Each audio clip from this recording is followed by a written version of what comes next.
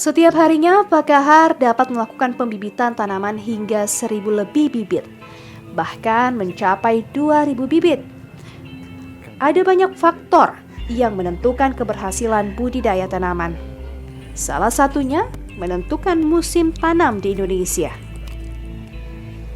Biasanya saat musim kemarau, Pak Kahar berhasil melakukan pembibitan sebesar 80% dalam sekali pembibitan.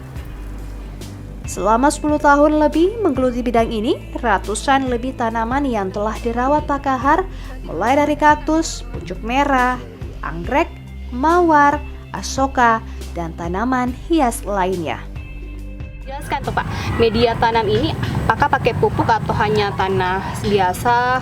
Ya, kalau untuk sementara saya pembibitan pakai tanah biasa aja. Tapi kalau biasanya ada tanaman-tanaman memang khusus yang pakai media tanam itu.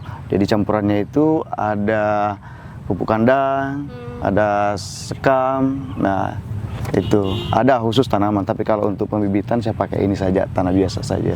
Oke, Ya. bedanya tanah biasa terus pakai pupuk dengan sekam itu apa Kak? Ya. Kalau pembibitan memang kita biasanya pakai tanah biasa, tapi ada memang khusus tanaman yang harus pakai campuran itu karena supaya akarnya lebih leluasa tumbuh, lebih subur. Kahar, begitulah sapaan pemuda tampan asal Kabupaten Sopeng, Sulawesi Selatan.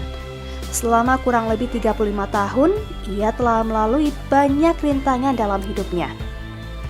Saat ia berada di sekolah dasar, ibunda telah menghadap Sang Pencipta. Sementara sang ayah meninggalkannya dan saudaranya tanpa ada kabar apapun. Cobaan ini tak membuat Pak Kahar menjadi anak yang lemah. Ia tumbuh menjadi pemuda mandiri dan kuat dengan segala ujian hidup.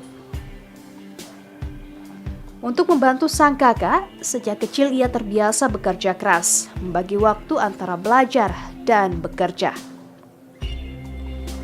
Dengan kepintarannya, mulai sekolah dasar sampai sekolah menengah pertama, Pak Kahar mendapatkan beasiswa.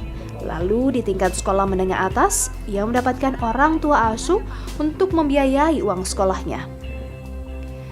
Anak keempat dari 6 bersaudara ini tak gentar.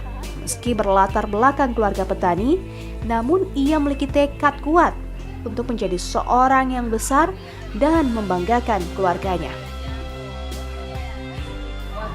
Terpikir untuk mendesain taman itu kayak bagaimana? Saya sih awalnya disuruh pelanggan tanam bunga di pot.